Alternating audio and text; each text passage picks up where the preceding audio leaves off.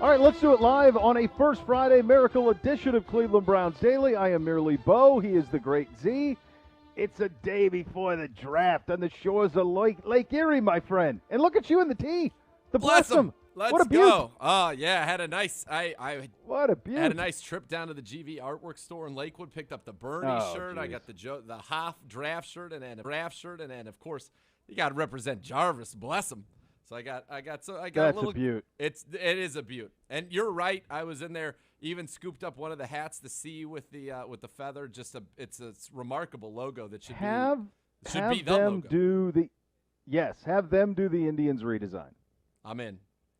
But And big rebrand. shout out to And just GV forget it. Artwork. Thank you guys. And you They're gotta the best. love Good dudes. The best. Jarvis. Yeah. Bless him. It isn't. Oh, this was like it's come on. an oldie but a goodie. That's little retro. Oh, it's great. That's right. Old school. Yeah, Cool. little retro right there. They did a great one when we were doing the Game of Thrones reviews with JC with the Winter is Coming with that was really sweet. Oh, that's that I one of my remember favorites. Oh yeah, that's in my stable. Very for sure. strong. Yeah. It's a good job. Very good Great job. How do you feel about this? We're a day away. Good. Let's get to tomorrow. I'm ready. I'm ready for answers. I'm ready for answers and over the speculation. When are we going to pick?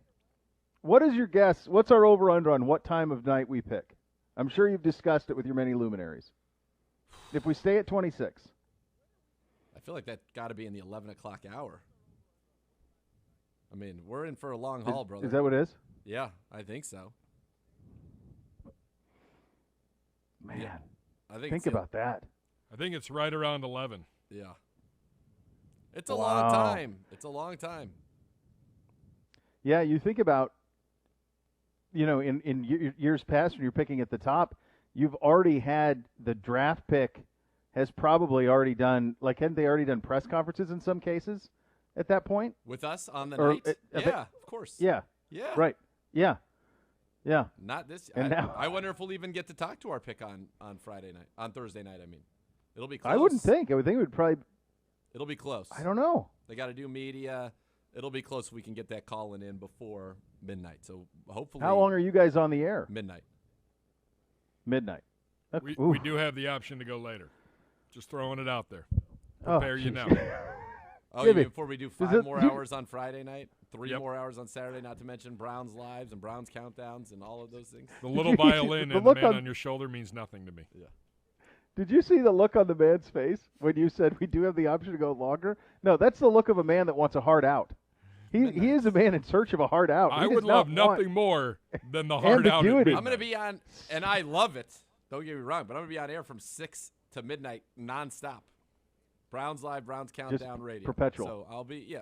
At that point, though, the truth is what's 15 minutes? What's an extra 15 minutes on top of 6 hours? It's 1/24. What you have to do in that situation, as somebody who has done the open-ended TV and did the longest I ever did, I did about 2.5 hours of open-ended TV after Ohio State won the national championship, and after they beat. Actually, I did more after they beat Alabama in the Sugar Bowl. But what you want out of that is just give me an end date. Like, when can I point towards? Give me a light at the end of the tunnel. Yeah, give me something to follow. Like, you can't just say, well, this is great, let's keep going as long as we have guests. Well, okay, it's New Orleans. We can have guests till 4 a.m. if we want to. At some point, we've got to stop. So let's just give me a time where I can gear to and say, all right, in my head, I'm going to have to do this until 1 in the morning, and I'll wrap my head around that. But you can't just have it floating out there, your end date, and you love a hard out. So, Gibby, if you're going to make him go long, 1 a.m. That's it. That's the cutoff. My benchmark in my mind. You're negotiating for me, but 1 a.m. now's on the table. I am. Thanks. Oh. Okay. Now let me tell you how it's going to go.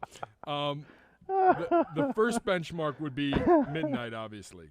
If we have to go later, 12:30. If we have to go later, 1 o'clock, and I'm not pushing it past 1 o'clock. I want a prime rib if I'm here till 1 a.m. Yeah. Would you eat that at that hour? Yeah. I was just about to say I want something, but I can't talk about that on the radio right now. So, no, good news. You certainly can't, Gibby. You enjoy your job. That's true. Gibby. That's absolutely true. By the way, we have a massive show ahead. today. I was just going to say massive, huge. Tease it for the people. Huge. Tell the people what's on. Tell them what's on. I'll tell you this. I sat down earlier today with Kurt Warner, the Hall of Famer. No big deal. we had an Yep. awesome talk. That's coming your way at 1:30.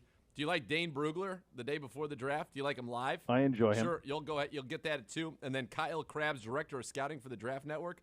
Oh, yeah, he'll be live, 2:30 as well. So draft experts, and then one of the best to ever play quarterback with some effusive praise for the Cleveland Browns. Effusive. Oh, there you go. Well, that's exciting. Yeah, that was exciting. Did And you us. follow? You remember when we had him? Do you remember when we had him in Indy and he dropped kind of that incredible information that he's reached out to guys and they never a lot of quarterbacks and a lot of times they wouldn't get back to him. Did you follow up with that? So I've done 2 interviews with him today. One of them was for our purposes. The first one I did, in fact, Beau, because you're such a huge bee, you hopped right into my brain. Yeah. The very first question I asked him was, hey, last time we talked, because he's launched QB Confidential, which is a website where he wants to help coaches and players of all levels understand the quarterback position more and let him out. So I said, you put this out there. What's has anybody contacted you? No, not a single person. He goes, I give my number to every young quarterback that I meet, every quarterback in the NFL that I ever talk to. I say, look, anytime you want to talk about the game, I'm here for you. I know you're not going to call me, but here's my number. And nobody calls. He goes, I don't know if it's, people are afraid to say that they need help. I have no idea. But no, nobody's taking my. So he launched this website. He's like, I've had this time with the pandemic, so I'm sick of it. I'm going to put all this stuff in here. It goes through identifying defenses, coverages, what to do, your thought process as a quarterback, how to throw a football, just the basics, but film study, whiteboard study, everything that you could possibly want to know about how to be an elite level quarterback is right there at QB Confidential. And he's just the coolest. I mean, he couldn't have been. Really nice guy. Oh, my God. Great guy. Great guy. Yeah.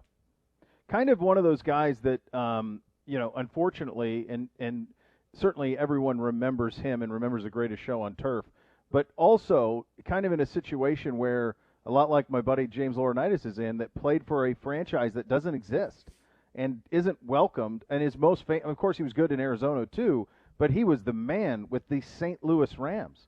And when you don't have a place to go home to in that sense, there's not a place for you to be seen on the sidelines of games, because he's not an L.A. Ram. No. I'm sure everyone there's great to him, but he's not a Los Angeles Ram. He's a St. Louis Ram. So like him, Marshall Faulk, you think about the receivers, like these are legendary players. Steven Jackson, they're legendary players, but they don't have a place to go home to. And I'm sure that's what it was like for the former Browns for a long time around here, where they were, those guys, after the team left, they walked on water here, but nationally they were almost out of the football conscience. Listen, I'd tell Kurt, go to Scottsdale and hang with Fitz and Anquan Bolden and have the time of your life.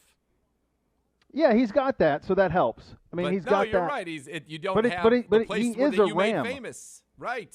Yes, he's a Ram, is what he is. The greatest show on turf was located in St. Louis, not in L.A. Yeah, and among the most fun you could ever have playing Madden was that team. Yeah, absolutely. Yeah. Marshall Faulk was unbelievable in that game, and appropriately, because he was in real life as well. All right, let's get in. So you'll have that to look forward to, which is nice.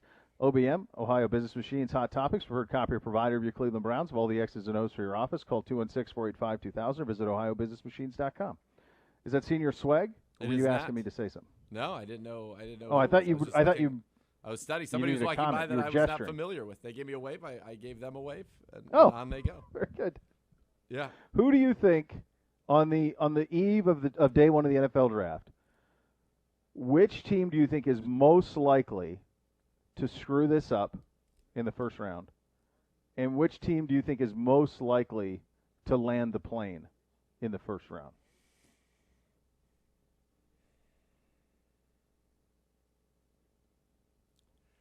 I think history is going to say, and I'm going to give you one quick answer, and then I'll give you a little bit more beyond that. I would say history is going to say that there is a very binary outcome for the 49ers. Either they are going to totally botch this, or they are going to have great success, and it's going to be a tremendous joy.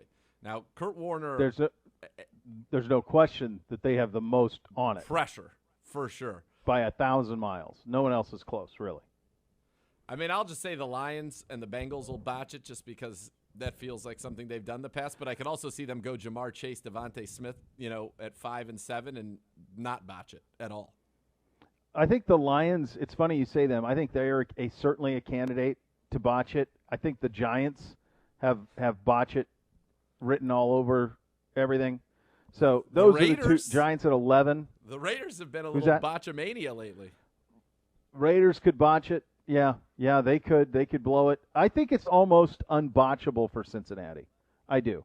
I think that it's almost – you're either going to get – I think Pitts is going 4. So you're either going to go Sewell or Chase. Both are really good. Be fine. Right. You can't – that's a tough one to screw up. Unless you trade it out, which – but if you just pick one of those two, you should be safe. I don't know if either one's going to get a gold jacket, but they're both dudes. Agreed. They both look good. I'll give you one who could botch it, the Jets. The Jets, we've preordained Zach Wilson, and actually Kurt Warner, and this was in the other interview I did so that you won't hear it later on, so I feel happy sharing it, is, he's like, look, when I watch Pat Mahomes, I put him, I think he said 3rd that year, because there's just too much stuff I didn't understand about his game. It 3rd like QB? Yeah, in that draft. Okay. And remember, that's what Greg Cosell said to us. He's like, I have no idea. He was a hard evaluation. He's like, he's either going to be the best quarterback ever, or he's going to be the worst. He's not just going to be an average quarterback.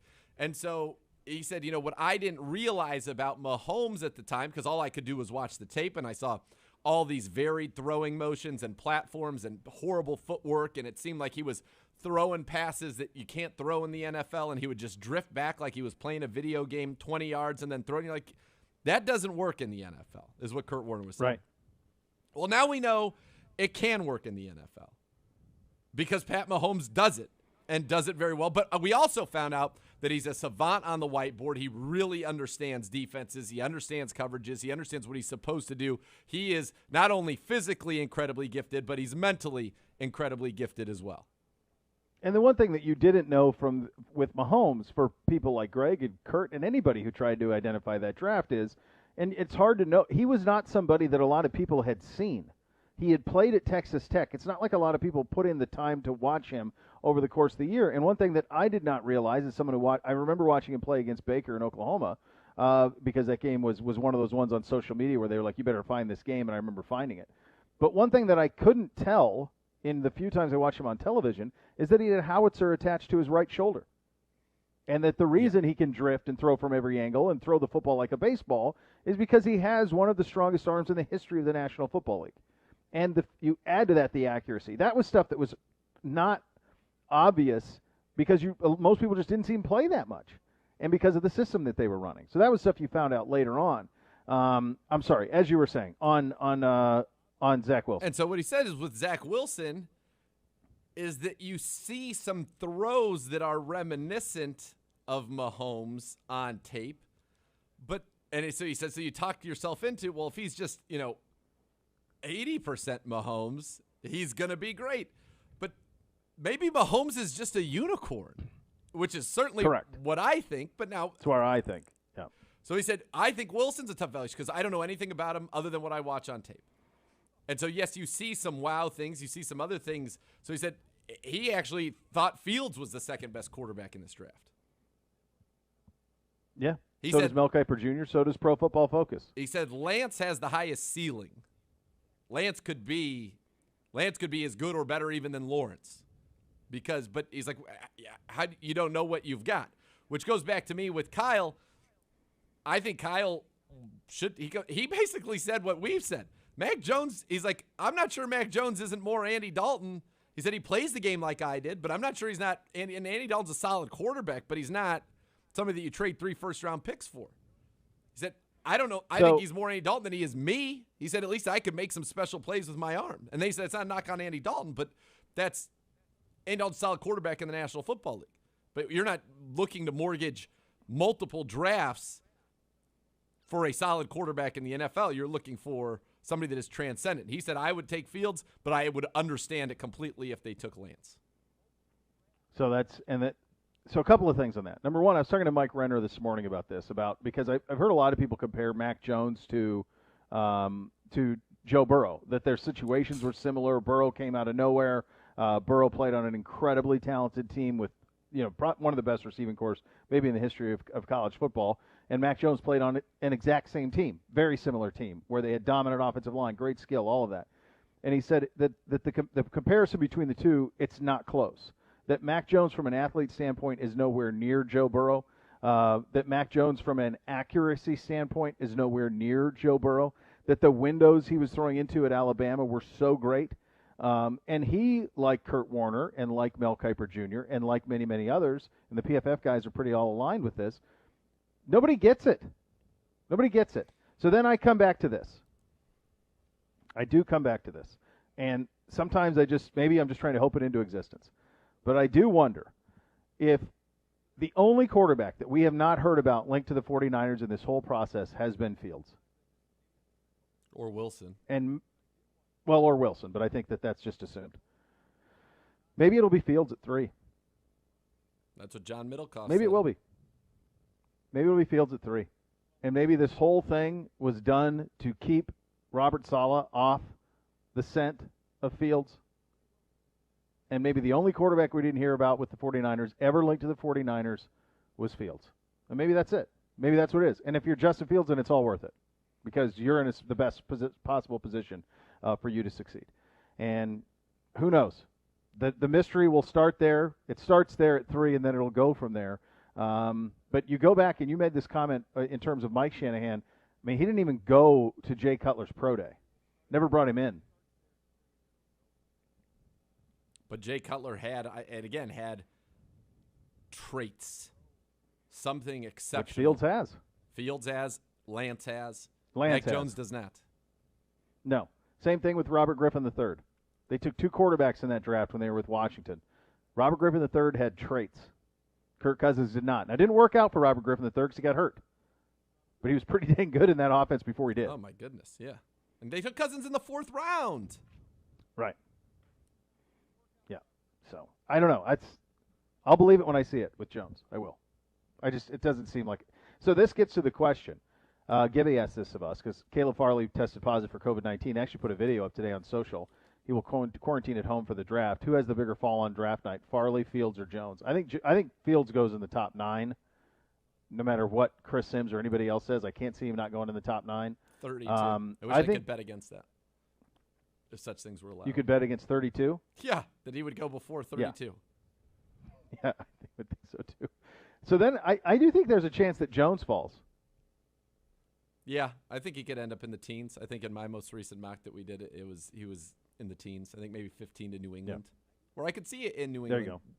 Take a good ball distributor and let him play a little, point guard in that offense, that offensive style, and see what we can do. Mm-hmm. After all, he's a more mobile Tom Brady, so I can only imagine they're going to be better. That's right. Think what they could do. Yeah. And in some ways, I feel bad for Mac Jones because I don't think Mac Jones ever asked to be thrust into this conversation with these guys, and he's getting mocked, and I mean the whole Bay Area is against him. Right. Not Pedro's out there at wineries, and everybody's cursing Mac Jones. Anybody but Mac Jones. Not Pedro. Pedro out there just holding court at his wineries. That's unbelievable. Oh my God. He's having time I would say this. Paso Robles right now. Of course he is. Why wouldn't he? He's living his dream. I would say that whatever Mac Jones has been through, it is nothing compared to what Fields has been through. No, it's the worst what they've done to Fields. 2 months. I mean, Fields has been through the most absurd thing. What do you think about Farley dropping? So a lot of mocks that have come out now, we'll talk with Ben Albright tomorrow. He did not have Farley in the first round, but a lot of them don't have him getting past Tennessee at 22, which is what Charles Robinson said, and that the Saints could be very, very into him. I think part of me wonders if this is not convenient, but good timing that he will not have to be here and sit through the first round of the draft. Yeah. Now, if he goes early, then obviously not. But if he, Well, the timing of his medical stuff coming out, yesterday is certainly noteworthy, in my view. Yeah. So, could certainly be something to that. Mel Kiper put out his final top 150 prospects. He goes Lawrence, Pitts, Devontae Smith, Jamar Chase, Jalen Waddle are his top 5. Justin Fields, number 8, his second-ranked quarterback on the list. I did see Ben's mock, and he had us taking Joe Tryon. Joe Tryon, right. But Newsome was on the board. Newsome was on the board. Elijah Moore was on the board. There was certainly a lot of talent still left on the board. And you look at, for example, we're talking now about the top. He's got Elijah Moore at 16. This is Mel Kiper Jr. Newsome 21. Owusu Koromoa 23, and I've seen Owusu Koromoa as high as 5 on people's big boards. Kadarius Toney 27, Farley 28 now with the injuries why he's dropped him. How about this one? This is a guy that I always thought was interesting for the Browns, Dwayne Eskridge. He has him 33rd on his big board, Mel Kiper, and I thought that was maybe a 3rd-round guy. He's got him ahead of Zaven Collins. Azeez Ojulari's 36. I'm still going for Joe Tryon. I'm still not there yet. He's got Peyton Turner, 46 from Houston, the defensive end. 6 from Houston, the defensive end. Joe Tryon, 56 is where Mel Kiper's got him. 56. Yeah. So, very interesting. Lots to do here from a AFC North and the future of this division standpoint. You think about what Pittsburgh has to do. Reports out of there that they're eyeing Najee Harris or Zaven Collins with pick number 24. Fine. Let him take. I'd love to see them take a running back. Your offensive line is like take a running back, just like Ravens take a receiver. Fine. That's fine. Yeah, do that. Solve it. Figure it out. Going to be fun, and we are getting closer to this thing. And Browns fans, get ready for the NFL Draft. It is, of course, here. It is tomorrow. Special editions of Browns Live all week, presented by Graham and Fiss Wine in a Can. Catch today's show at 3 o'clock for the latest draft news, analysis, and an interview with the Browns' Director of Player Personnel, Dan Sagany, will join us. Oh, that's fun. Get to talk to Sags. Watch. Great. Yeah, it's going to be a lot of fun. That'll be good. Watch Browns Live on the Browns website, Browns YouTube channel, and on the Browns mobile app with full replays of the show available at youtube.com/Browns. Oh, you can watch the replays anytime you want. That's right, at your leisure. That's nice. That is nice. Thoughtful. That's very, very good. All right, we'll hit your top 5 linebackers to keep an eye on in this draft coming up next, and then your exclusive interview with Kurt Warner, one-on-one, coming up a little bit later. You're listening to Cleveland Browns Daily on 850 ESPN Cleveland.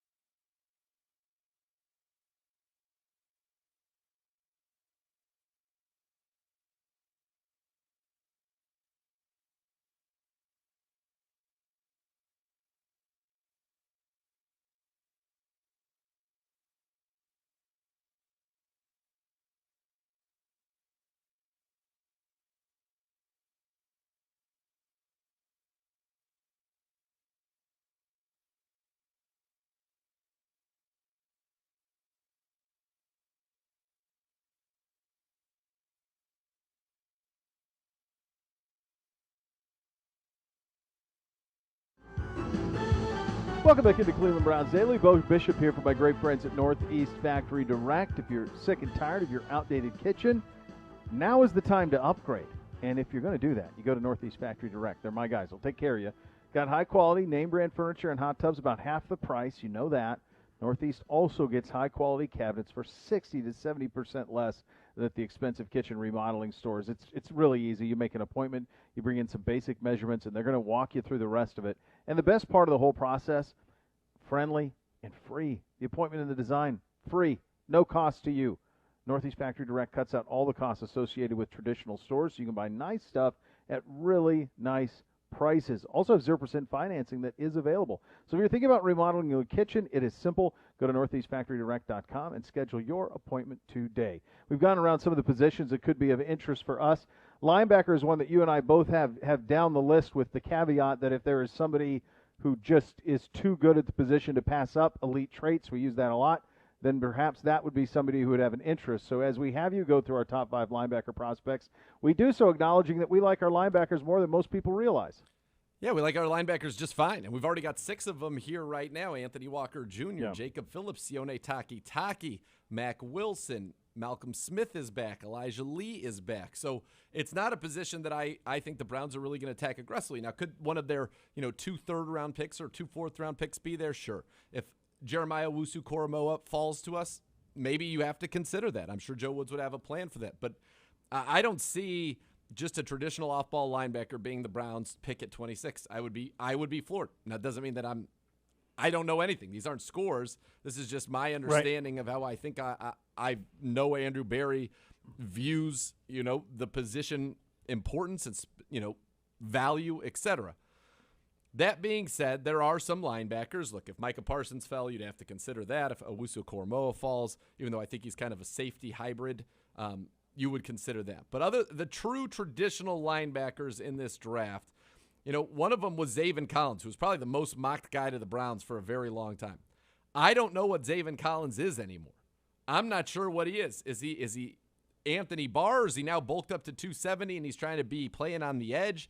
He feels like a 3-4 outside linebacker, or a Sam in a traditional 4-3, a strong side overhang linebacker where he can be at the line of scrimmage at the point of attack. He is good in coverage, though. He had 6 pass breakups and 4 interceptions last year. He can rush the quarterback. He's big. He's a long, and rangy defender. And as I said, he was consistently mocked to the Browns prior to free agency. And he still is at times.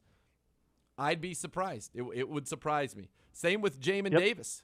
And Daniel Jeremiah thinks he's the perfect fit for the Browns. I think a lot of people do. 6'3", 234, 4.47, run and chase linebacker, great in coverage, a GPS for the ball, 5 passes defense, 3 picks last year. He's excellent in zone coverage. Lance Zierlein said he was like Kiko Alonso, who, remember, Kiko Alonso's peak was considered one of the best off-ball linebackers in the league.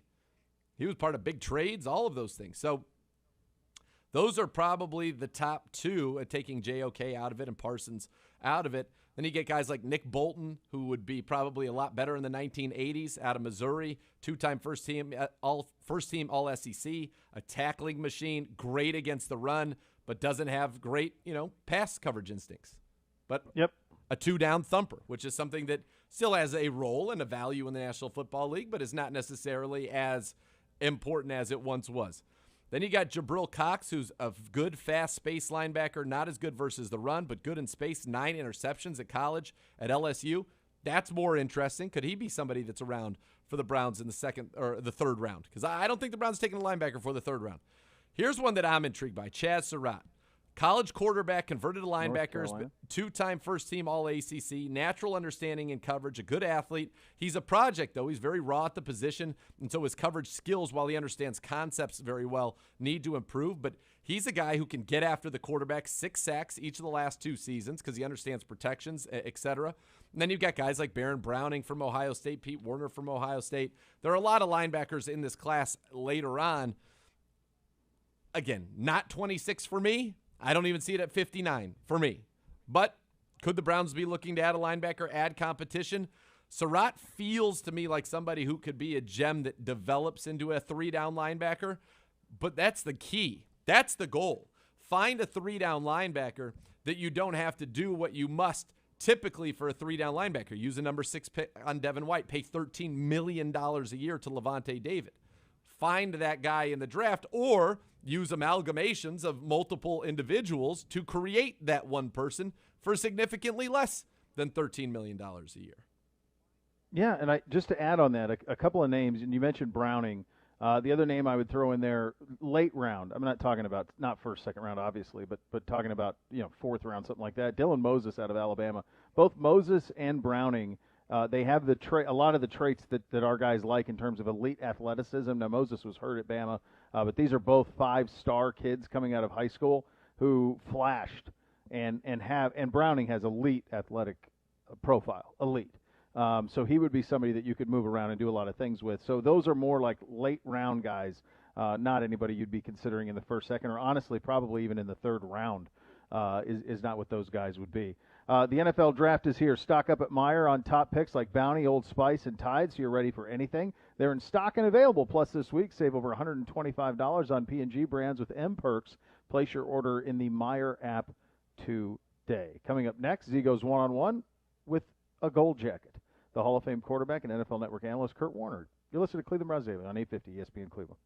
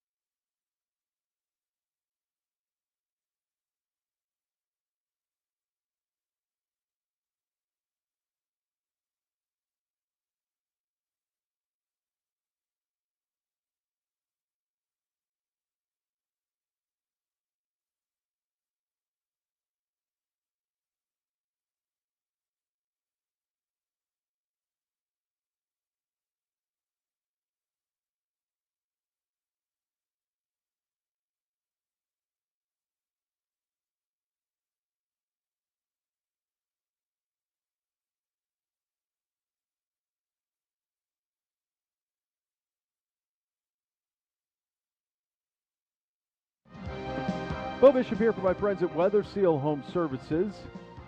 Need a roof replacement? You know that you do. Would you like to replace your roof for the last time? Sounds pretty good, right? That's the benefit of choosing a metal roof from Weather Seal. Metal roof technology, materials, styles, colors, they've improved significantly. They are beautiful, nearly indestructible, and affordable with Weather Seal. Plus, the new metal roof, Weather Seal includes a 6-inch gutter upgrade and up to 7 years, zero interest financing. That's right, 7 years, zero interest on that financing. Call my guys, 877-351-SEAL, or visit WeatherSealHomeservices.com, 877-351-SEAL, or WeatherSealHomeservices.com. Certainly when you get a chance to talk to a Hall of Famer, that is a win. I'm sure that's how Kurt Warner felt when he talked with our guy, Nathan Zegura.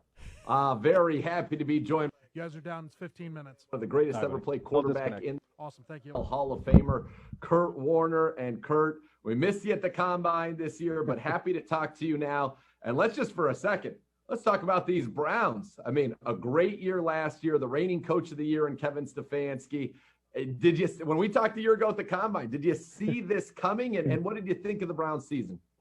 I thought they had a great season. And, you know, I did see it coming from the standpoint that I believed they were going to be better. You know, the year before, you know, a lot of things went kind of the wrong direction for them, but you could see how they were built and, you know, what they needed to do. And I think Coach Stefanski did a great job of kind of settling things down and going, okay, you know, let's get away from having to prove that Baker Mayfield's the number 1 overall pick and he can throw it 40 times a game. Let's just see how we're built and let's play to our strengths. And Coach Stefanski came in and said, hey, we're going to play good defense. We're going to run the football. And we are going to, when we throw it, we're going to base it off of play action. And they had the guys to do it. And I believe that's where Baker Mayfield is at his best. And that always becomes the biggest challenge is when you get a quarterback is you go, okay, we got to build our system around the quarterback. We don't want to make our quarterback be something that he's not. Build a system around that guy. And I believe they did a great job of doing that last year. Excited to see, hey, a lot of those pieces are still in place, right? You're going to get OBJ back.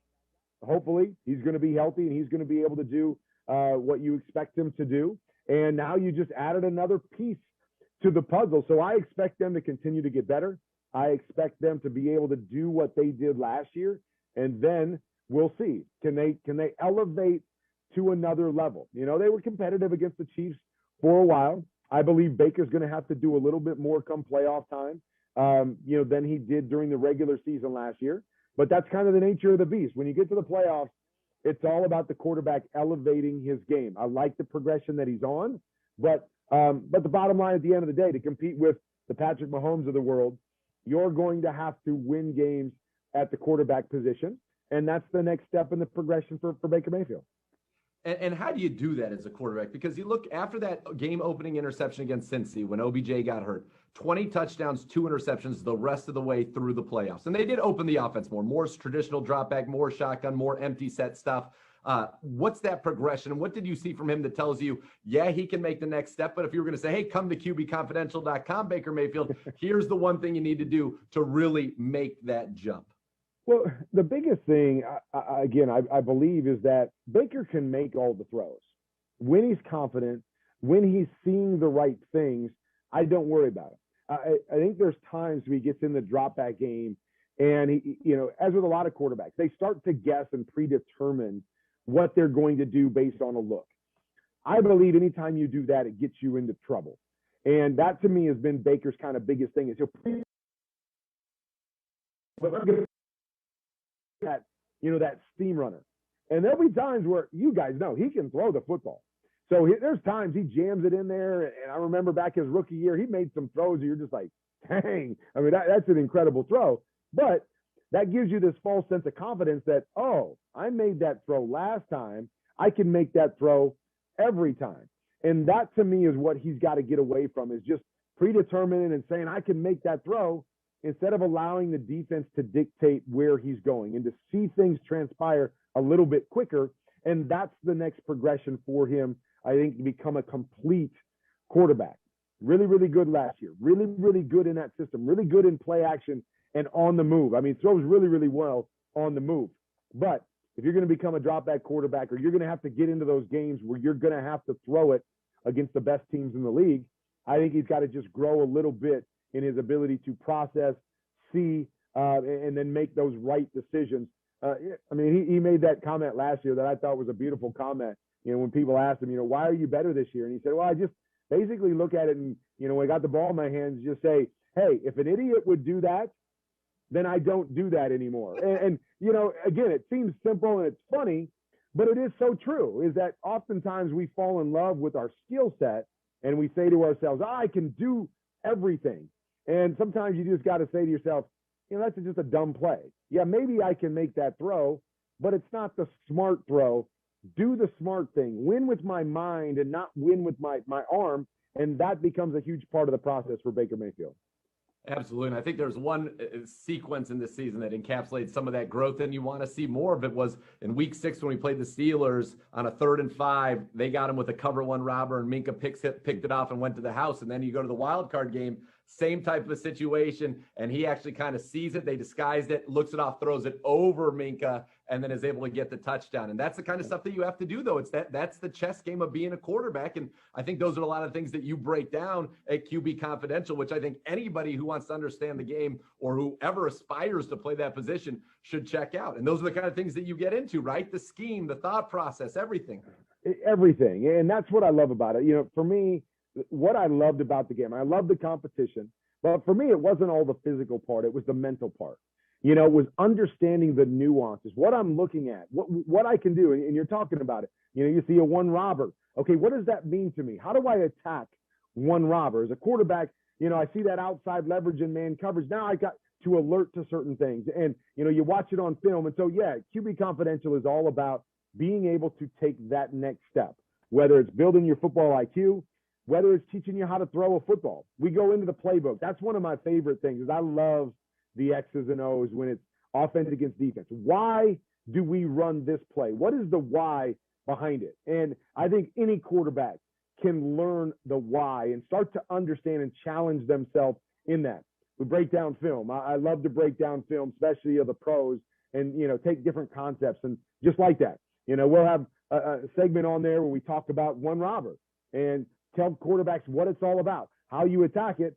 Now we're going to put the film up and we're going to break down the film and maybe even watch that Baker Mayfield pick 6 in week 1 last year, or, you know, early in the year last year, where you go, look, you saw the outside leverage. You got to know with Pittsburgh, they want to bring Minka down. And instead of, you know, that was one of those cases where Baker's going, oh, I got outside leverage, I got a slant.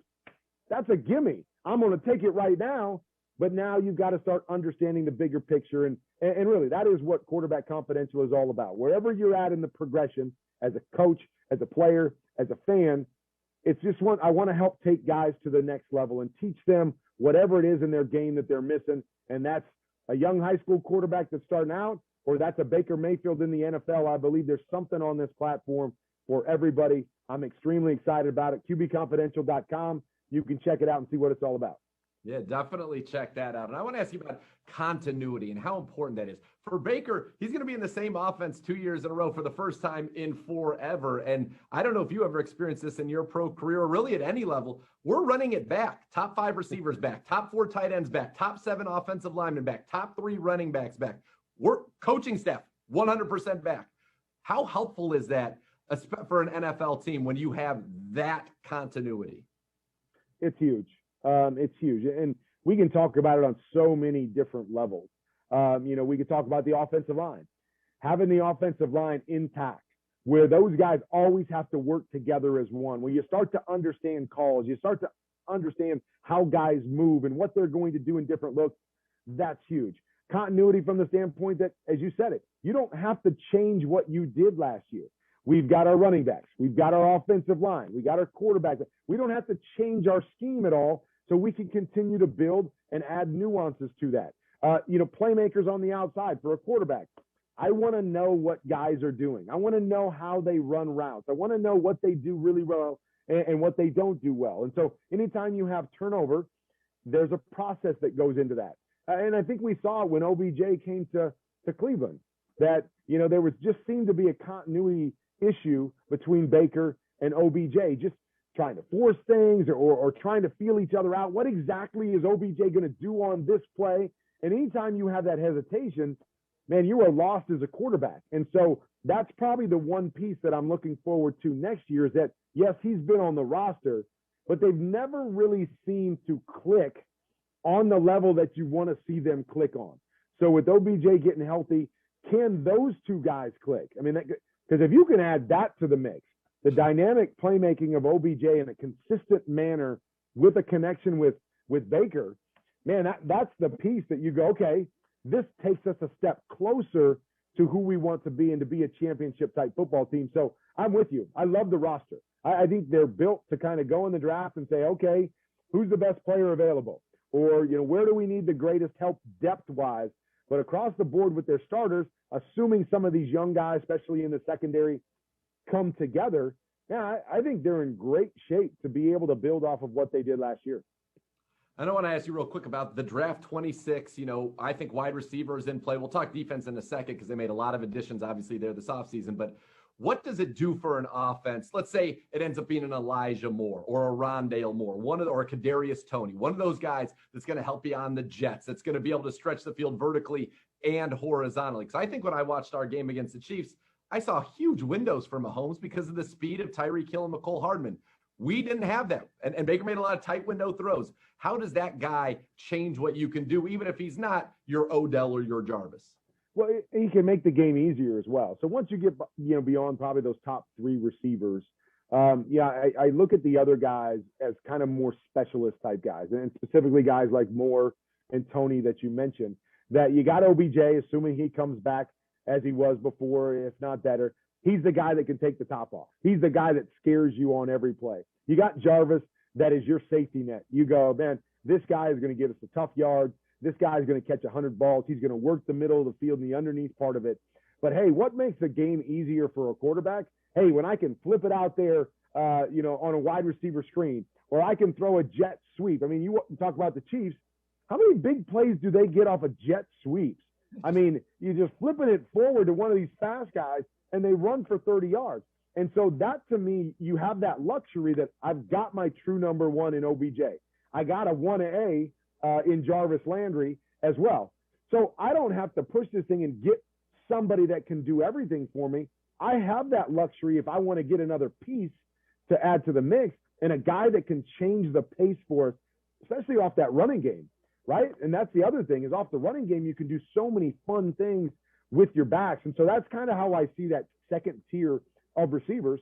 But I believe Cleveland's in a great spot there because of the other guys that they have, that they don't have to, go out and go, if we're going to get a wide receiver, we got to get a number one. No, we can get another complementary piece.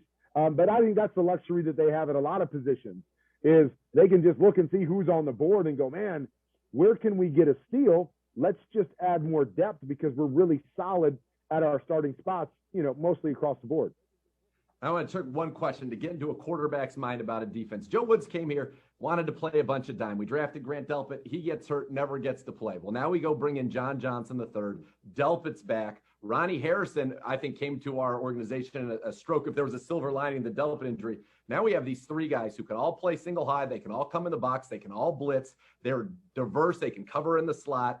And then we add Clowney and Tack McKinley to Myles Garrett, bring in Malik Jackson. This is the first time since I've been here where it's like, if a team's third and long against us, look out. I mean, we could have a lot of fun with the different packages out there, but what challenges does that kind of a defense present to a quarterback when you have versatility, similar body styles, and guys that can, as I said, be in the hole, be in the box, be single high, cover the slot? How does that affect a quarterback? Well, you're exactly right. And I look at some of the other teams around the league. You look at Kansas City. They'll play a lot of three safety sets because they got a guy like Tyrann Mathieu who can drop in and do a lot of different things. He can play in the box. He can blitz off the edge. He can drop in and play the underneath coverage. He can play on the back end. And so it gives you great flexibility to be able to change your coverages. Certain times when you have guys that you go, okay, he can do this, I pretty much know what I'm going to get. Carolina is another example. Jeremy Chin was a great player last year that could play in the box as a linebacker, could play on the back end. So now you can play with these three safeties and you're really not sure what you're going to get and who's going to play in space. And if all three of those guys are going to be on the back end, and that to me is where it gets fun for a defense because now the quarterback's always thinking, right? What are they going to do, and what can they do with this guy? Or you start thinking about those flexible guys, and you can go all the way back to the Troy Polamalu's, and you say to yourself, okay, when I'm playing against, I got to know where that guy is. That I can look at the other pieces, but this guy is so unique that I got to know where he's at on every single play. And that starts messing with the quarterback's mind. You want to just go, hey, they're playing cover 2, read it out. But hey, they're playing cover 2, but what's that guy doing? And Tyrann Mathieu, another guy that you always have to know where he's at. So I think they're great flexibility, assuming that those young corners continue to come along and can play at the level they want them to play at. Those 3 safeties, I mean, again, I love where this team is and the flexibility they're going to have in the draft, flexibility they're going to have in the season, because they've got they got a lot of players across the board, and now they can kind of just rub their hands together and, okay, what other piece do we want? Where do we want to make it hard on the opponent? Is that going to get another receiver that they have to cover, right? Is that going to get another defensive back? So we've got all these guys in a pass-first league that we have great flexibility with. And so it's a fun problem to have, and I'm excited to watch how it plays out for Cleveland as well. Sir, Kurt, I couldn't thank you. 30 seconds. Love talking to you. And folks, you can get more Kurt Warner. QB Confidential, do it. Get smarter about the game. And if you're an aspiring quarterback, learn how to play from one of the best to ever do it. Follow him on Twitter at Kurt13Warner. And then, of course, on NFL Network. Draft coverage starting Thursday at 8 o'clock. Kurt, a great pleasure. Looking forward to seeing you hopefully at the Combine or even sooner again next year. And thanks so much for the time. Awesome. Look forward to our next conversation, and enjoy the draft. That was great. That is great to be able to talk to Kurt Warner. Good job out of Z doing that. We will get even more smarter coming up next. Dane Brugler will join us with his final chat with us before the draft. And a pretty major deal in the NFL has been made. We'll get you the details on that as well. It's all coming up at the top of the hour. You listen to Cleveland Browns Daily on 850 ESPN Cleveland.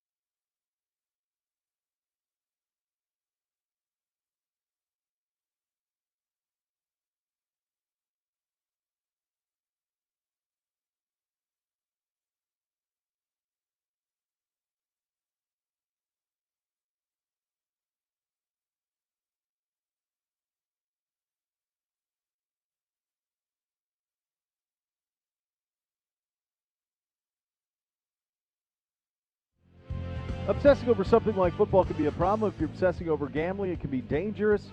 Do something to take your mind off it. Find some tips on what that could be at keepitfunohio.com for great ways to keep gambling fun.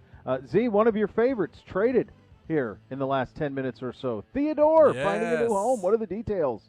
He's going to the Denver Broncos for a sixth-round pick. Carolina's still going to pay $7 million of his salary. The Broncos on a hook for $3 million. Reunites with his former offensive coordinator and George Payton, who was in the front office there when he was drafted in Minnesota. So I think for Denver, you know he can run your offense. I don't think that in any way impacts what they're looking to do in the draft. I think that's more a reflection of, yeah, we're not as into Drew Lock as everybody was last year, who declared that he was going to be one of the best quarterbacks in the NFL. Yeah, I think it could be either. It could be either he can come in here and show Drew Lock how to be a pro, or we're done with Drew Lock. We're going to draft a quarterback, and he'd be perfect to mentor a young quarterback for a couple of years before passing over, or even for games. I mean, they know him. They know he's a pro. So I think I'm with you on that. I think everything's still open for them in the draft. This is a real treat. Always is. We're joined by our good buddy Dane Brugler of The Athletic, NFL draft guru. Dane, before we get into some of the specifics and where we are in just the silly season that has been this week with all of the stuff that's out there, for you personally, having the beast has been delivered and all of the work that you've done on this draft, as you do in every one of these drafts, when it gets time for right now, is there a sense from you almost to NFL teams, just don't screw this up? This is easy. This is how you do this. Do you have any of that anxiety from your vantage point leading into one of these? No, really, it's more Christmas morning than it is like, the butterflies you feel before a big game, because, tomorrow we're just going to be reacting to everything. And, we know there's going to be some bad picks. We know there's going to be some surprises, but that's part of the reason we love the NFL draft. Part of the reason why it's so much fun. Because teams around the league look at these players differently, and there some teams are better than others in terms of hiding what they want to do.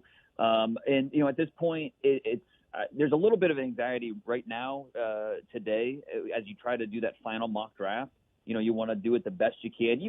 You're going to get most of them wrong, but you still want to put out the best product possible. So today, constantly on the phone trying to figure out. What are scouts saying? What are agents saying? What's the buzz in the league?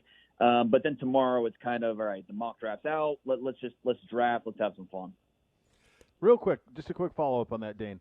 Do you approach the mock draft of this is what I would do if I were picking for all these teams, or this is what I think they will do? Yeah, I never do a mock draft based off of what I would do. That's what my rankings are for. That's what the beast is for. Mock drafts for me are always what I'm hearing, what NFL teams are going to do, which is a struggle. Misinformation is out there like crazy, and you have to kind of weed through it and try to figure it out. Dane, what have been the biggest changes for you in the first round of this mock draft, as from where you started to here we are on the day before the draft? Well, obviously at number 3 with the 49ers, trying to figure out what they're going to do. Mac Jones had most of the buzz, the last 4 weeks since that trade was made. And I think that there was, talking to teams, I always got the sense that it was either Trey Lance or Mac Jones. Justin Fields was never really mentioned with NFL teams, what they thought San Francisco was going to do. And so a part of me really thinks that, okay, Trey Lance, that was the first name that popped into my mind when that trade was made. Love the fit, love the player. I just love what that would mean for San Francisco and in that Shanahan offense. But today, where we are, it's still Mac Jones. That's what people in the NFL, that's what they're expecting to see at number 3. So as of right now, that's kind of Mac is still the favorite, and it's kind of it's a fork in the road type of pick, because if Mac Jones is the pick, the draft is going to go one way. If Trey Lance is the pick, then the draft's going to go an entirely different way in the top 10 and in top 20. So it's a really interesting fork in the road there at number 3. I think Atlanta, if Trey Lance is still on the board, they'll think about it, but I still think Kyle Pitts is the favorite there. Jamar Chase is the overwhelming favorite to go 5 to the Bengals. And then where are we going to see these other 2 quarterbacks go? Let's just say Mac Jones goes 3. Where are these other quarterbacks going to land? Talk about Trey Lance and Justin Fields. New England, are they going to trade up? What about Washington? At that point, do we see a wild card team like the Raiders, the Vikings, the Bears, with the Broncos, with this Bridgewater trade? Are they still going to be looking for a quarterback? Maybe this Bridgewater trade is insurance. If the right quarterback doesn't fall to them at 9, well, then they'd feel okay. They got Drew Lock, Teddy Bridgewater. I know Vic Fangio was really upset with the quarterback situation last year. I mean, Brett Rippon was starting games. So, Bridgewater gives them a little bit of insurance. I don't think it takes them entirely out of the quarterback conversation. If the right one is there at 9, we're just not sure, who that is and who they could be going after. Dane, in your view, does Mac Jones, the prospect, warrant what Kyle Shanahan and John Lynch gave up to pick him if he is the pick at number 3? In my opinion, no. And I think that's the answer you're going to get from most people. I think when you ask them that question, Mac Jones is a good player, but to give up, the first round capital that it took to move up to number 3, when you look at the other quarterbacks they'd be passing on to draft Mac Jones, it's tough to reconcile, really. But Kyle Shanahan knows more about what fits in his offense better than anybody. So I'm not going to second guess it until we see it. I think with Mac Jones, the accuracy, the anticipation, the mental processing, his ability to read both pre and post snap, I think those are qualities that really, are going to – Kyle Shanahan is going to be able to relate with and say, okay, this fits what we want to do. I want an extension of myself at quarterback, and you know what? That's what Mac Jones can be for us. So, when you think of it like that, I can understand why, Mac Jones would be high on the list of what Kyle Shanahan wants to see in his offense. But it is tough to reconcile when, again, the cost of what it took to go up to number 3 and then the quarterbacks you'd be passing on to get there. That makes it tough to reconcile. But at the end of the day, again, Kyle Shanahan knows better than we do what's going to fit best with what he wants to do. It's going to be wild. I think a lot of people will be scared. I just wonder if the Niners just stayed put if they could have drafted Mac Jones. I mean, if it was Mac Jones, well, I don't know that you necessarily needed to move up the way that they did. We'll ultimately find out. Want to ask you about the Browns now. Our thinking, Beau and I, we think cornerback is the biggest need, but it feels like, and you tell me if you agree with this, it feels like the top 4 corners, especially now with the questions around a guy like Caleb Farley, and I'd love to hear what you're hearing about how teams are viewing Farley, because I've heard he won't go in the first round. I've also heard Tennessee wants him, and New Orleans wants to jump Tennessee to get him. Do you think those top 4, ending with Newsome, will all be gone by the time the Browns are on the clock? And if so, what direction do you go there? Do you hope a JOK falls? Do you take a wide receiver there? And if so, who do you like at wide receiver at 26? I do think that at least 3 of those corners will be off the board. And it's just a matter of, okay, is one of them still going to be left? I do think there's a chance that Greg Newsome will be there. He's extremely talented. The fact that he has missed 3 games each of the last 3 years. That's something that teams are going to weigh when they look at what they're looking for at the position, and including the Browns. Who knows? Maybe that could be a deal breaker for them. And I think when you're picking at 26, obviously you just don't know how those first 25 picks are going to play out. So you're really kind of, you've got your 5 or 6 names you'd love to see there at 26, and you're crossing them off as they come off the board.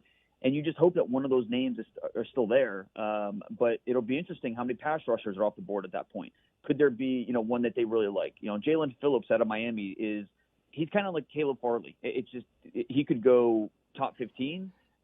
They could fall out of the first round. I would not be surprised at either outcome with both Farley and Jalen Phillips, because it really comes down to the medical, and different teams look at it differently. They've got different appetites for risk when it comes to that type of thing.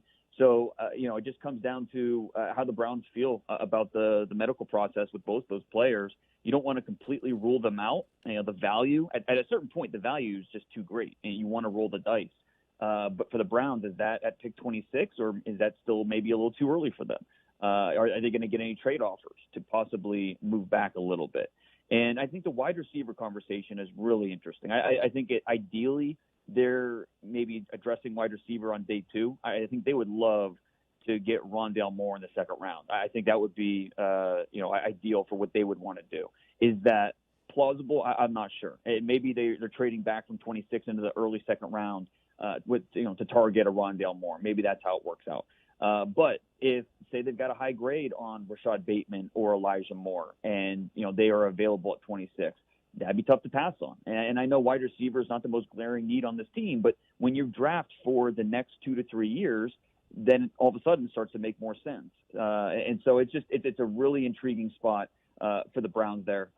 Just kind of we all think it's going to be defense, but based on how the first 25 picks go, we really can't rule anything out. And I think Christian Barmore, top defensive tackle, he's a name that's in the mix, although, there's plenty of talk among teams about, okay, the maturity level and just, the makeup. Is it really what we want to bring in? Do we have to babysit him? That type of thing. So that's something that's, been debated as teams put their draft boards together the last few weeks. But at some point they need to address the defensive line. And so where do they do that? Likely on day 2 if the value is right. So the way the board falls, last year we saw it perfectly, the way the board fell out with the first 9 picks and Jedrick Wills being there at number 10. They're kind of hoping for maybe the same thing. And I keep sticking with Newsome as if he's there at 26, it just makes too much sense. I think he would be an ideal fit in a talent-wise, scheme-wise, and just a guy that they couldn't pass on at that point. Dane, I think this is the way that I want to ask this, but what I'm looking for is we talked about wide receiver, we've talked corner, and we've talked defensive line, defensive end specifically. You mentioned Barmore there at the end too, but mostly defensive end. Where of those 3 positions is the drop-off the biggest in terms of who we think will be available at the end of the first and who will absolutely be available when we're scheduled to pick in the second? In other words, which is the position where you might get a similar player at 26 as you get in the second round when you pick? I think corner probably stretches the most. Just when you look at this cornerback class, there's and obviously there's a little bit of drop off in talent. We're talking about guys being first rounders and second rounders for a reason. But when you look at towards the end of the second round, could there still be an Aaron Robinson on the board at a UCF or one of those 2 Georgia corners? Could they last that long? I don't think, Asante Samuel, don't think he's going to last that long. Kelvin Joseph, probably not. But corner will stretch a little bit more than these other positions. I think edge rusher, it's a really, interesting group in those first 10 edge rushers, guys that maybe not top 12 picks, but too good to fall to, the third round. And so, there's only so many spots. Could one of those pass rushers fall? Yes, although I think it's probably not as clear because you could see a Peyton Turner out of Houston going in the top 40. You could see a Joseph Osai going top 40, top 45. Same thing with Carlos Basham and Gregory Rousseau and Joe Tryon. So I think that if you wanted to get pass rusher and corner in the first 2 rounds, your best bet just in terms of value of what you're going to get in the first round and second round, probably go pass rusher first and then seeing which one of those corners were to fall to you in the late second. What do you think of Melifanu, the corner out of Syracuse, and how would he be a scheme fit for us and Joe Woods' defense? Yeah, really talented player physically. I mean, you just don't see guys that size moving like he does. 6'2.5", 205 pounds, 4'4" athlete. His jumps are ridiculous, like 41.5-inch vert, 11.2 broad. So just the athleticism, the physical skills, really, really impressive. And, he's a guy that played a lot of zone, played some man. So I do think that, whether you want to do – if you're going to play some press, you're going to play some cover 3, I think he's going to fit that. But he just has those rare physical gifts, and I think that's what you're banking on if you draft a Melifonwu, is pointing to those traits and saying, okay, the length, the speed, the fluidity, all right, I will bank on those traits and, build up the rest because he needs to get better just in terms of his route recognition and just being more instinctive with understanding what the offense is doing. But there's a lot that you can point to that say, okay, this is going to fit what we do. And towards the end of the second round, I think that's pretty good value. And, his older brother, Obi Melifonwu, kind of fizzled out in the NFL. I mean, I know he's still kind of, jumping from team to team. But the feedback I get from NFL teams is Ifiatu's much different just in terms of his makeup and the way he views the game and things like that. So not as big of a concern with him as opposed to his older brother, who was also a second-round pick, 5 or 6 years ago. Dan, you mentioned Rondale Moore, who's a name that we've talked about a lot. Mentioned Bateman as well as guys who, just as an example of people who would be fit. Moore, I'm curious about because doesn't have a whole lot of football, but the football he does have is extraordinary. He's a guy that if he were there and you drafted him, could make an immediate impact on 10, 15 gadget plays a game. Just having him on the field is something you'd have to adjust to, but also in the return game. How do you view him right away, and what do you think his comp is in terms of what he could be if he is the pick and somehow he's there in the second round? Yeah, he's a lot of fun to watch. And, he's short, but he's not small because he's 5'7", but he is a stout 180, really, really physical player. And so you almost use him as a running back / receiver. A lot of his routes are going to be close to the line of scrimmage where he's going to take on contact. And, that's part of, why he struggled a little bit to stay healthy. But, he had, 114 catches as a freshman. We all remember what he did against Ohio State and, what he meant for Purdue as a true freshman, one of the best true freshman receiving seasons we've ever seen. When he's on the field, he's a difference maker. And so, what he lacks in height, he makes up for with his athleticism. And it's not just the long speed. He's a 4.3 athlete, but that short area quickness is really, really sudden. That quick twitch athleticism is really impressive, really elusive with the way he plays. And you want to get the ball in his hands and let him create. So, I think you use the right word there, gadget. You have to be, manufacture some touches for him. You're not going to just put him on the outside or just, have him run a variety of routes. You're going to be very specific with how you use him in the playbook.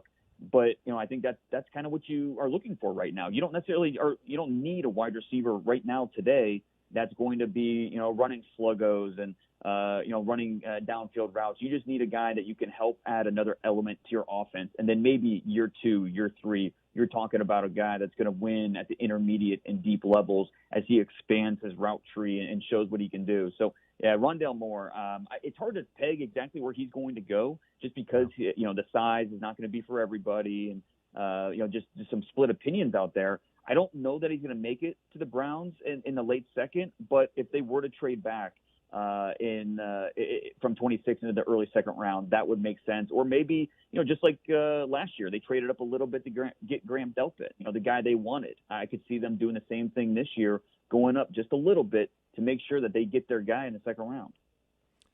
Dane, if you were to sit here right now, put yourself in Andrew Berry's shoes, you got a first rounder, a second rounder, 2/3. What would be your ideal coming out of that? You can go positions by round or whatever, but what would be the first 4 picks that you have, 4 in the top 91? What do you hope to come out of that with, and maybe even some players? Well, I think in the first round, Greg Newsom's been the guy that I keep pointing to and saying, look, this is the fit that I think makes the most sense. I think he could be the Browns' Jedrick Wills this year. The guy that comes in, falls to you in the first round, and you plug him in, and he helps stabilize an important unit on your football team. And so Gregory Newsome to me would be the ideal pick there at 26. Second round, I really want to upgrade the pass rush. And so I think I'd look towards, Peyton Turner out of Houston. Would he fall to us there? Only so many pass rushers can go in, between picks 20 and 60. And so, Joe Tryon and Rousseau and, all these pass rushers, which one's going to fall to me? It could be a guy like Peyton Turner who's super long. He's a little high cut, but really, really long. You love the effort. He makes plays that he has no business making, but his hustle, his motor are outstanding. And so I'd be, looking for Turner somewhere in that late second round. Third round, we need to get better in interior of the defensive line. So Aleem McNeil out of NC State, I think he'd be the type of player that the Browns would be in on. He's young. He's athletic. High school linebacker, moved to more of a nose tackle, even though I think he could play an under tackle role, one gap penetrator. You can just do different things with him. He has yet to play his best football. That move would make sense in the third round. And then with that other third round pick, I think you just kind of look at your board. I think they could go interior offensive line with some of the contracts that are coming up. Could go, wide receiver, could go linebacker. Yes, let's go wide receiver. Let's say, Anthony Schwartz out of Auburn, one of the fastest players, really, the day he goes to the NFL, the day he's drafted, he will be one of the fastest players in the NFL. Speed to burn. There's a reason he's going to still be there probably in the third round, and that's just he's unrefined in a lot of areas. But there's a lot you could do, with Anthony Schwartz and that speed as you develop him and get him out of that Auburn offense and really get your hands on him. So I think those 4 picks in the first 2 days of the draft would really be a home run for the Browns. Dane, you're the best, buddy. You're always a home run every time we have you Yes. on. You appreciate you a great deal. Thank you for your time today, my friend. Anytime, guys. Enjoy the next 3 days. All right, that's our buddy Dane Brugler of The Athletic. That's incredible when you say, here's 4 picks. You give him an out. Like you say, you can just go positions, but he gives you positions and players who will likely be available in those. I don't want to wait that long for a receiver. I didn't like that. No. But No, I don't either. I think that group in the second round is So you could get a good. star. Yeah. I mean, you could get a real star there, and it's we've talked about Moore and Bateman, and some of that is just we've seen them because they're in the Big Ten.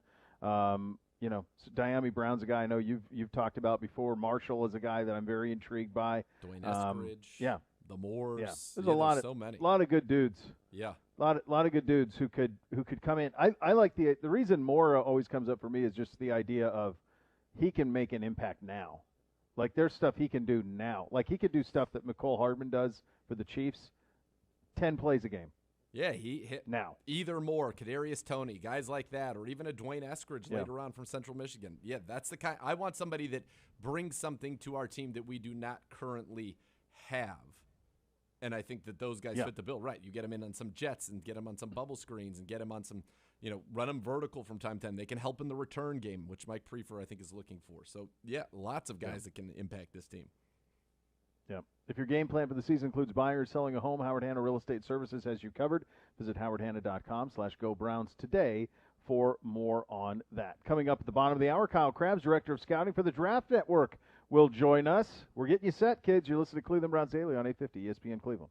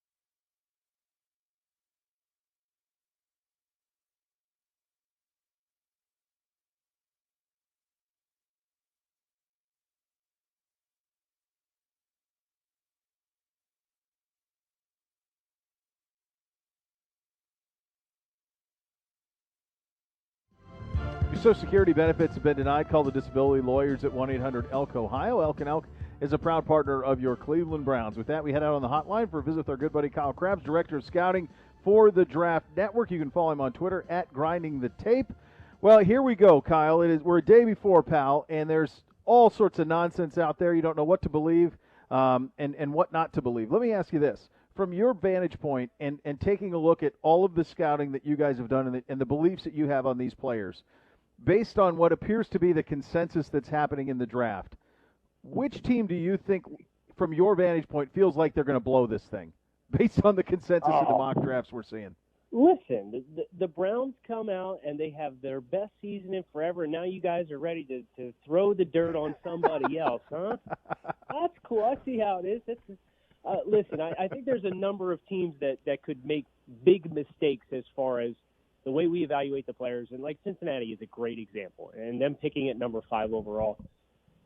If they do end up picking Jamar Chase just to reunite him with Joe Burrow, I think it from a philosophical standpoint, when you look at the rest of their roster, that would be a colossal mistake in my eyes. And that's no slight against Jamar Chase as a football player or wide receiver prospect. He's phenomenal, but they need offensive line help. They need to protect Joe Burrow, and you saw how poorly that went for them in 2020. So that's the kind of the team closest to the top of the queue that I think could really make a grave mistake or misstep. Interesting. And listen, I'm happy. Keep those. They can keep making missteps as far as I'm concerned in Cincinnati, because we need the Browns to maintain this success. And I wanted to ask you, just in this draft, Browns at 26, where would you be looking if you were Andrew Berry, 26, 59, those first 2 rounds? What do you think are the biggest positions maybe of need, and who do you like that aligns with those needs in those spots? Yeah, I think the Browns are one of the more interesting teams to mock for, because everybody's going to point to linebacker, right? And I don't think it's going to be a super big point of emphasis, and maybe they'll make me look stupid tomorrow night, but they won't. I don't think so. I generally think it's not something that they're going to covet a ton because of the way the game's played these days, right? It's all in sub. You need those hybrid safeties.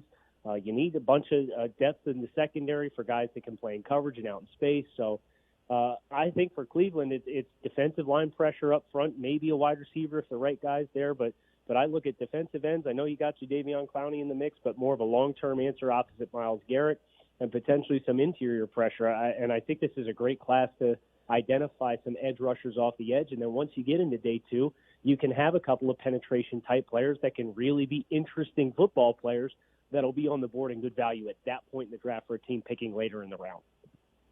Kyle, the point of emphasis for us, if it all goes the way you want to, has kind of been corner. Now, a lot of that has to do with just the uncertainty and the lack of health that we've had with Greedy. Obviously missed all of last year with the nerve injury, and then, Denzel's missed time too. So that's kind of been our point. But then also acknowledging that it's not likely that one of those top 4 could get there. Now, Caleb Farley could get there with all the things that have happened here this week. I don't know if he'll get all the way to 26. We've heard Newsome from time to time. Asante Samuel Jr. has been a guy. In terms of those guys that are in that end of the first group, and maybe you don't even see it that way, and then to the start of the next group, who do you like? So for the corners, I really like Greg Newsome a lot, but I don't necessarily think he's going to be somebody who gets to Cleveland to 26, just kind of prognosticating. Yeah. So guys that I like, I do think Caleb Farley will be around. But then now there are reports out this morning that some teams feel as though he may need additional back surgeries on top of the 2 that he's already had. So, that gets super messy. And if you're a team like Cleveland, and you want to go corner in the first round, I'd ideally like a player that you can feel confident is going to be able to play the season and not have those durability questions, because if he ends up needing time or additional procedures done, you're kind of getting a hollow pick, not for what the long-term benefit could be, but for a team that's in a championship window with a quarterback on a rookie contract, you want to get the most bang for your buck. You want to get some production here and now.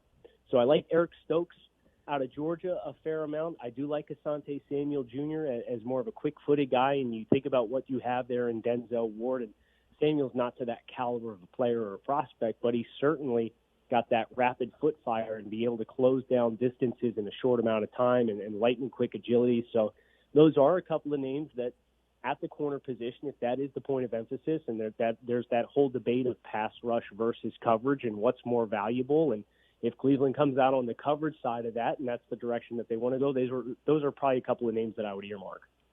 When you look at 26, and let's say you did want a cornerback, say you're the GM, I wanted a cornerback there. You don't necessarily think some of those, a Stokes or a Samuel's worth it at 26. The guys you wanted are gone. Where would you be looking at that spot? If a guy like JOK falls, is that too good for you to pass up? Is there a receiver that you would love at number 26, or is there an edge that you think has maybe separated itself at that spot? I think the edge group is where the most compelling options are going to be. I would anticipate you're probably in between tiers with the wide receiver position when you look at some of the other wide receiver hungry teams that may be in the market, between 16 and 23 with the Jets. So that's not necessarily where I would anticipate to find the best value, but depends on the medical situation of Azeez Ojulari from Georgia. I know he's a smaller end.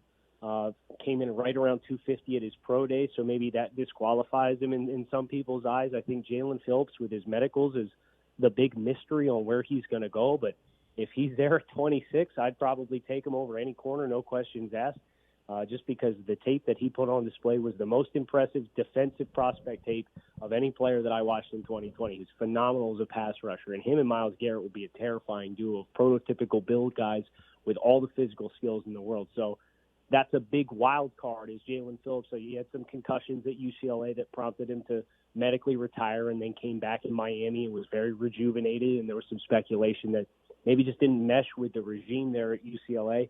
But Phillips would kind of be the one that if he's there, like I'm running the card in for the Browns. Yeah, that's interesting. It does seem that there's a great deal of value there at that position at the end of the first round. If it is second round at receiver, and you got a couple of objectives here if you're the Browns, right? You're thinking future planning because right now you have two $15 million receivers. You're probably not going to have both of them by the time we do this a year from now. So you're thinking future planning at receiver.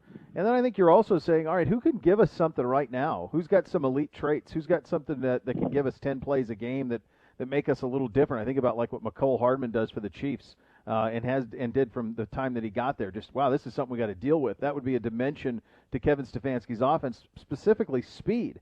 When you think of second-round receivers who have some of those things, who do you like?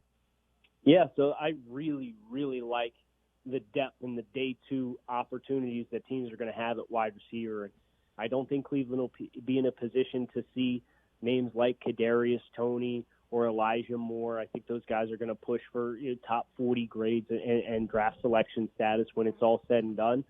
But Purdue's Rondale Moore is a really interesting one. Medical questions and concerns as far as durability may prompt him to drop down the board a little bit. And if that is the case, then the role that you're talking about is the perfect kind of role for him to kind of protect him from being a high-volume featured piece of your offense. Wins in the shallow areas. Purdue really regressed as far as the ways that they used him. You might as well throw the 2020 tape out. They just tried to manufacture as many cheap touches and turn it into quasi and pseudo punt returns with the offensive touches that he got, just getting the ball in his hands quick. But you go back and review the tape from 2018 when he was a true freshman, and he showed some really nice route running skills and ability with the ball in his hands. And he's somebody who might be there and makes a lot of sense based on that skill set. And if you miss out on Rondale Moore and you want a guy who's maybe not quite as dynamic but is going to have some more durability, I can't think of a receiver that would possibly be more durable than Amari Rodgers, who in 2019 tore his ACL in March and then proceeded to play 13 games the following fall and was able to be a consistent piece and volume piece of that offense and built more like a running back. He's great at creating missed tackles in short spaces, and Clemson used him quite a bit in the shallow areas and RPO type concepts and manufacture touches to get the ball out and just be a playmaker. So those are a couple guys there in the tail end of round two that might be candidates for the Browns.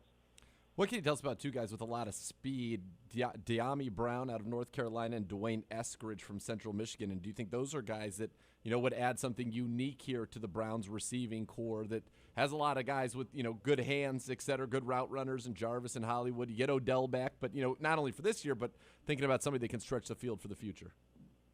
Yeah, so a little bit of different players as far as stylistically. De'Ami Brown is a home run hitter. He makes his plays down the field. He's got phenomenal ball skills and really good hands. That Phil Longo offense in North Carolina like to take shots down the field and stretch things vertically, and I think that's where his speed really shows up.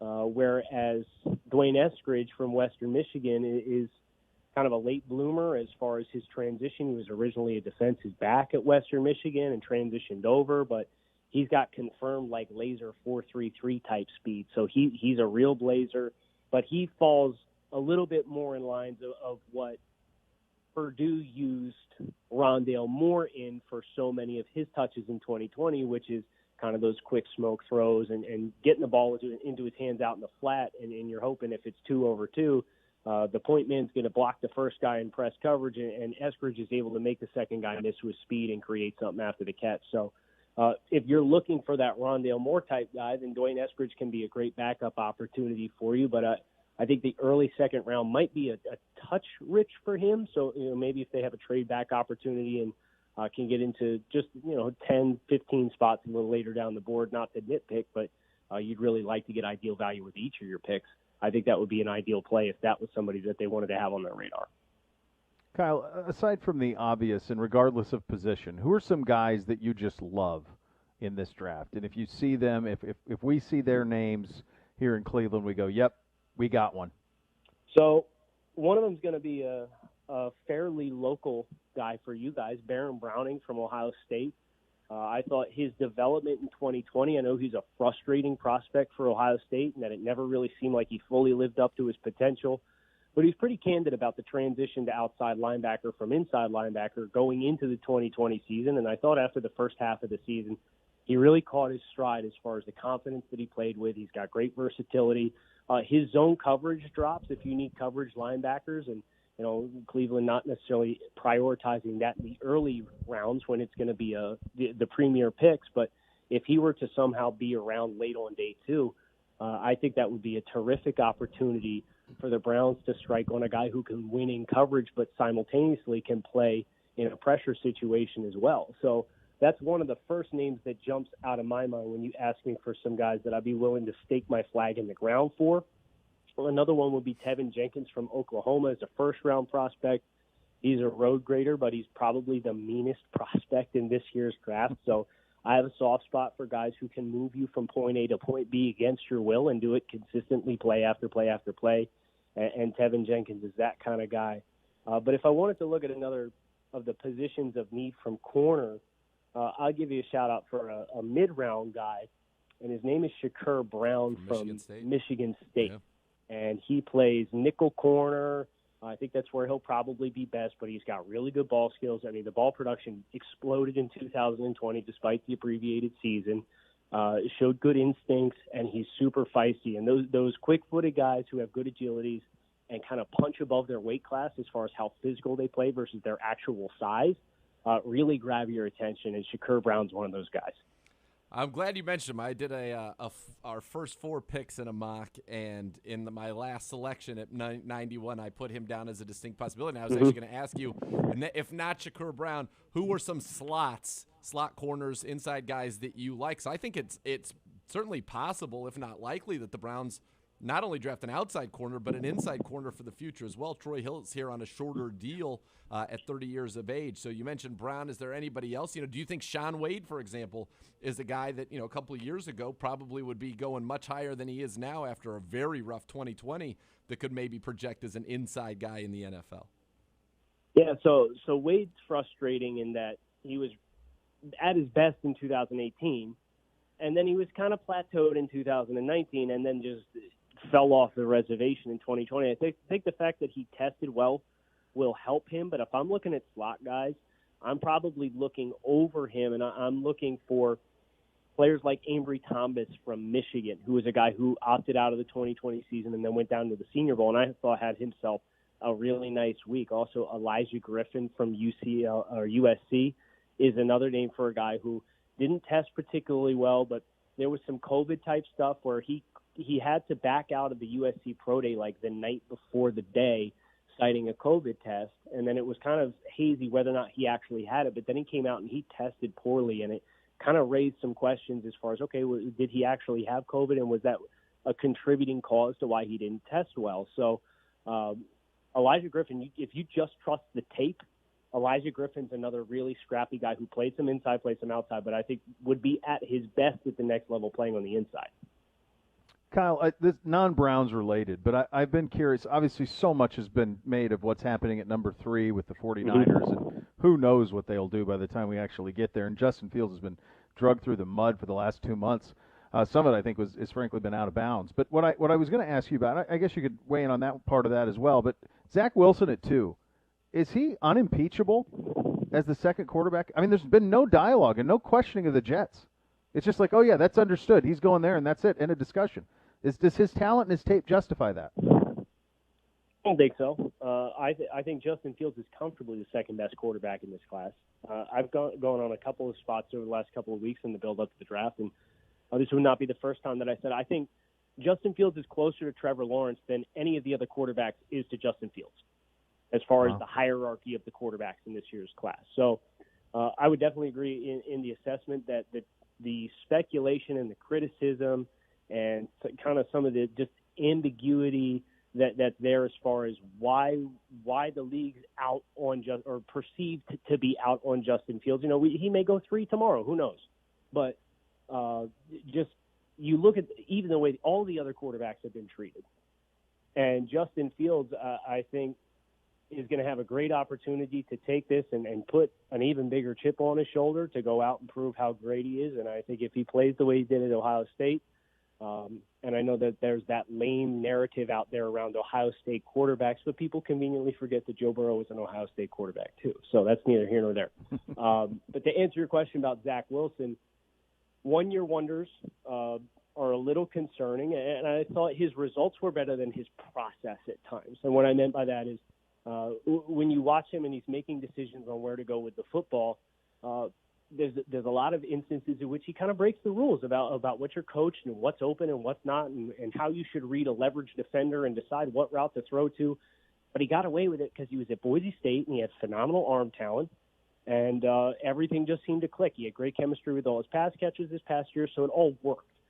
And I think if you take that and you put that in New York, I'm not so sure that will transition in a way that is overly smooth and accommodating for Zach Wilson. So I do think he's, quote-unquote, unimpeachable as the second quarterback in this year's class. I think he'll stay in that spot. But for me, it's nowhere near as open as shut as it's perceived to be from the outside world.